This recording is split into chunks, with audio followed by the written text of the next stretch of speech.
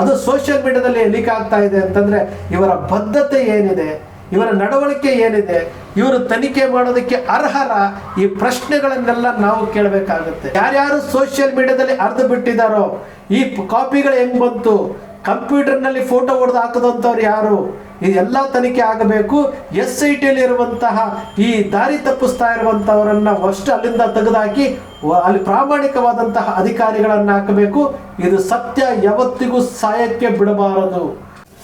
ಬೆಳ್ತಂಗಡಿ ನ್ಯಾಯಾಲಯ certified copy ಕೊಡಕ್ಕಿಂತ ಮುಂಚೆ ಈ ಸೋಷಿಯಲ್ ಮೀಡಿಯಾದಲ್ಲಿ ಹರಿದಾಡ್ತಾ ಇರುವಂತಹ ಕಾಪೀಸ್ ಇದೆಯಲ್ಲ, ಅಂದರೆ ಕಂಪ್ಯೂಟರ್ನಲ್ಲಿ ಸ್ಕ್ರೀನ್ನಲ್ಲಿ ಹೊಡೆದಿರುವಂತಹ ಫೋಟೋಗಳು ಇವತ್ತು ಹರಿದಾಡ್ತಾ ಇದೆಯಲ್ಲ, ಹಾಗಾದರೆ SIT ಏನು ಮಾಡ್ತಾ ಇದೆ?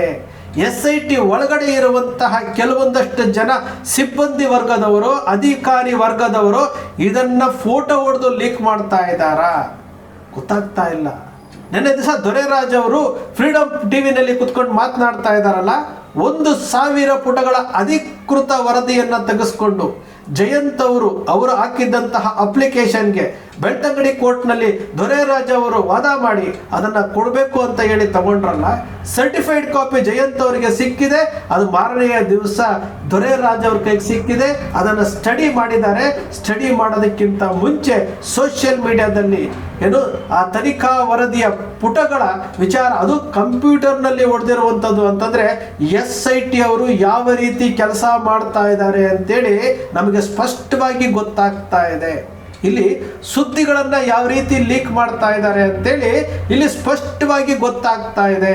ಪ್ರಣಬ್ ಮೊಹಂತಿ ಅವರ ಮೇಲೆ ಬಹಳಷ್ಟು ನಂಬಿಕೆ ಇತ್ತು. ಇಲ್ಲಿ ಆಗಿರುವಂತಹ ಅನ್ಯಾಯಗಳಿಗೆ ನ್ಯಾಯ ಕೊಡಿಸ್ತಾರೆ ಪ್ರಣಬ್ ಮೊಹಂತಿ ಅವರು ಅಂತ ನಾವು ತಿಳ್ಕೊಂಡಿದ್ವಿ. ಆದರೆ ಪ್ರಣಬ್ ಮೊಹಂತಿ ಅವರ ನೇತೃತ್ವದಲ್ಲಿ, ಅವರ ತಂಡದಲ್ಲಿರುವಂತಹ ಒಂದಷ್ಟು ಜನ ಇವತ್ತು ಯಾರನ್ನೂ ರಕ್ಷಣೆ ಮಾಡೋದಕ್ಕೆ, ಅತ್ಯಾಚಾರಿಗಳನ್ನ ರಕ್ಷಣೆ ಮಾಡೋದಕ್ಕೆ, ಕೊಲೆಪಾತಕರನ್ನ ರಕ್ಷಣೆ ಮಾಡೋದಕ್ಕೆ ಇಲ್ಲಿ ಏನು ಆಗಿರುವಂತಹ ಒಂದು FIRನ ಒಂದಿಟ್ಕೊಂಡು ಇವರು ತನಿಖೆ ಮಾಡ್ತಾ ಇದ್ದಾರಂತೆ. ಬೇರೆ 30 ದೂರುಗಳಿಗೆ ಯಾವುದೇ ನ್ಯಾಯ ಇಲ್ಲ. ಇಲ್ಲಿ ಮಹಿಳಾ ಆಯೋಗದ ಅಧ್ಯಕ್ಷರು ಬರೆದಿರುವಂತಹ ಲೆಟರ್ಗೆ ಕರ್ನಾಟಕ ಸರ್ಕಾರ ರಚನೆ ಮಾಡಿರುವಂತಹ SITನಲ್ಲಿ ಹೇಳಿರುವುದೇನಂತಂದ್ರೆ, ಈ 20 ವರ್ಷಗಳಲ್ಲಿ ನಡೆದಿರುವಂತಹ ಅನ್ಯಾಯಗಳು, ಇಲ್ಲಿ ಕೊಲೆಗಳು, ಅತ್ಯಾಚಾರಗಳು ಎಲ್ಲದರ ತನಿಖೆ ಆಗಬೇಕು ಅಂತೇಳಿ ಈ 1000 ಪುಟ ಹೇಳ್ತಾ ಇದೆ.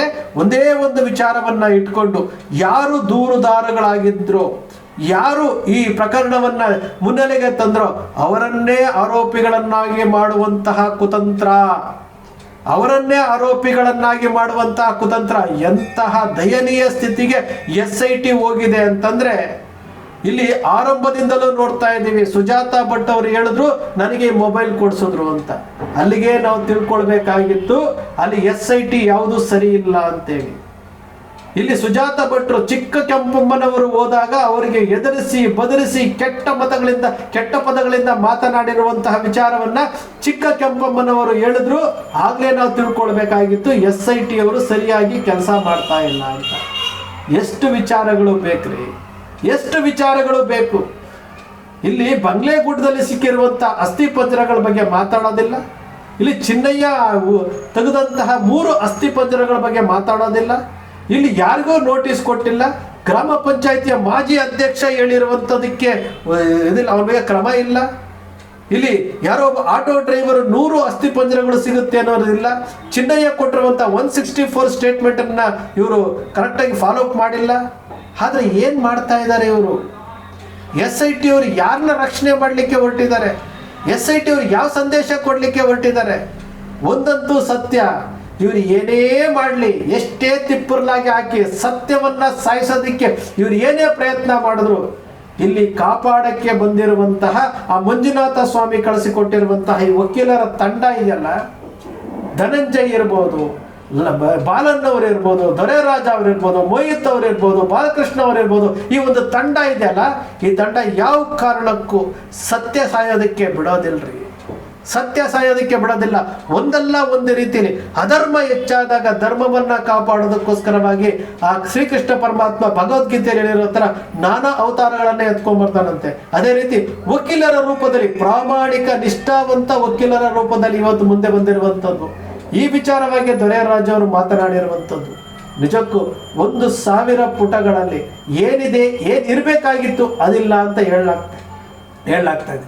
ಪ್ರಣಬ್ ಮೊಹಂತಿ ಅವರು ಎಲ್ಲ ಒಂದು ಕಡೆ ಪ್ರಾಮಾಣಿಕ ನಿಷ್ಠಾವಂತ ಅಧಿಕಾರಿ ಅಂತ ತಿಳ್ಕೊಂಡಿದ್ದೀವಿ ನಾವು, ಇವತ್ತಿಗೂ ತಿಳ್ಕೊಂಡಿದ್ದೀವಿ ನಾವು.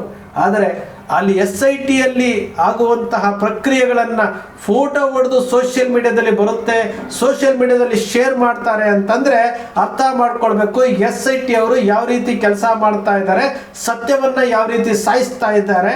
ಇಲ್ಲಿ ನಡೀತಾ ಇರುವಂತಹ ಅನ್ಯಾಯಗಳಿಗೆ ನ್ಯಾಯ ಕೊಡಿಸ್ಬೇಕಾದಂಥ SIT ಇವತ್ತು ದಾರಿ ತಪ್ಪುತ್ತಾ ಇರುವಂಥದಕ್ಕೆ ಈ ಸ್ಕ್ರೀನ್ ಶಾಟ್ಗಳು ಅಲ್ಲಿ ಹರಿದಾಡ್ತಾ ಇದೆಯಲ್ಲ, ಸರ್ಟಿಫೈಡ್ ಕಾಪಿ ಬರೋದಕ್ಕಿಂತ ಮುಂಚಿತವಾಗಲೇ ಇವರು ಏನೋ ಲೀಕ್ ಮಾಡ್ತಾರೆ ಅಂತಂದರೆ ನಾವು ಅರ್ಥ ಮಾಡ್ಕೊಳ್ಬೇಕು SIT ಯಾವ ರೀತಿ ಕೆಲಸ ಮಾಡ್ತಾ ಇದೆ, ಯಾರ ಪರವಾಗಿ ಕೆಲಸ ಮಾಡ್ತಾ ಇದೆ ಅಂತ. ನಿಮಗೆ ಆಗಲಿಲ್ಲ ಅಂತಂದರೆ ನಮಗೆ ಆಗಲ್ಲ ಅಂತೇಳಿ ಸರೆಂಡರ್ ಆಗ್ಬಿಡಿ ಸ್ವಾಮಿ, ಸರೆಂಡರ್ ಮಾಡಿಬಿಡಿ, ನಿಮ್ಮ ಹುದ್ದೆಗಳನ್ನು ಸರೆಂಡರ್ ಮಾಡಿಬಿಡಿ.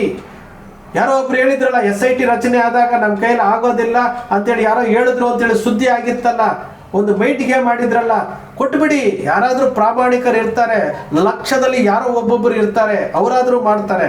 ದೊರೆರಾಜ್ ಅವರು ಹೇಳಿದ್ರಲ್ಲ, ನ್ಯಾಯಾಧೀಶರ ನೇತೃತ್ವದಲ್ಲಿ ಈ ತನಿಖೆ ಆಗಬೇಕು ಅಂತ ಹೇಳಿದ್ರಲ್ಲ, ಖಂಡಿತವಾಗ್ಲೂ ಆಗಬೇಕು. ಕೊಂದವರು ಯಾರು ಅಂತೇಳಿ ಹಾದಿ ಬೀದಿನಲ್ಲಿ ಕೇಳ್ತಾ ಇದ್ದಾರೆ. ಕೊಂದವರು ಯಾರು ಅನ್ನೋ ವಿಚಾರ ಸತ್ಯವನ್ನ ಚಿನ್ನಯ್ಯ ಹೇಳಿದ್ದಾನೆ, ಅಸ್ಥಿಪಂಜರಗಳು ಹೇಳ್ತಾ ಇದ್ದಾವೆ, ಆ ಸ್ಪಾಟ್ಗಳು ಹೇಳ್ತಾ ಇದ್ದಾವೆ. ಆದರೂ ಸಹ SIT ತನ್ನ ತನಿಖೆಯನ್ನ ಯಾವ ರೀತಿ ಮಾಡಬೇಕಾಗಿತ್ತು ಯಾವುದನ್ನು ಮಾಡದೆ ಈಗ ಈ ಲೀಕ್ ಮಾಡುವಂತಹ ಕೆಲಸ, ಈ ಸತ್ಯಾಂಶಗಳನ್ನು ಹೊರಗಡೆ ಕಳಿಸುವಂತಹ ಕೆಲಸ, ಸತ್ಯಮೇವ ಜಯತೆ ಅಂತ ಹೇಳ್ತೀವಿ. SIT ಮೇಲೆ ಬಹಳ ನಂಬಿಕೆ ಇದೆ, SIT ಮೇಲೆ ಬಹಳ ಇವತ್ತಿಗೂ ಒಪ್ಪಿಸಿದೆ. ಪ್ರಣಬ್ ಮೊಹಂತಿ ಅವರು ಏನಾದರೂ ಮಾಡ್ತಾರೆ, ಈ ನ್ಯಾಯ ಒದಗಿಸ್ತಾರೆ ಅಂತೇಳಿ ಬಹಳಷ್ಟು ನಂಬಿಕೆಯಿಂದ ನಾವು ನೋಡ್ತಾ ಇದ್ದೀವಿ. ಆದರೆ ಪ್ರಣಬ್ ಮೊಹಂತಿ ಅವರು ಇದರ ಬಗ್ಗೆ ಆಕ್ಷನ್ ತಗೊಂಡಿಲ್ಲ ಅಂದರೆ ಅವರೇ ಮಾಡ್ಕೊಳ್ತಾ ಇರುವಂತಹ ಆತ್ಮವಂಚನೆ ಆಗುತ್ತೆ.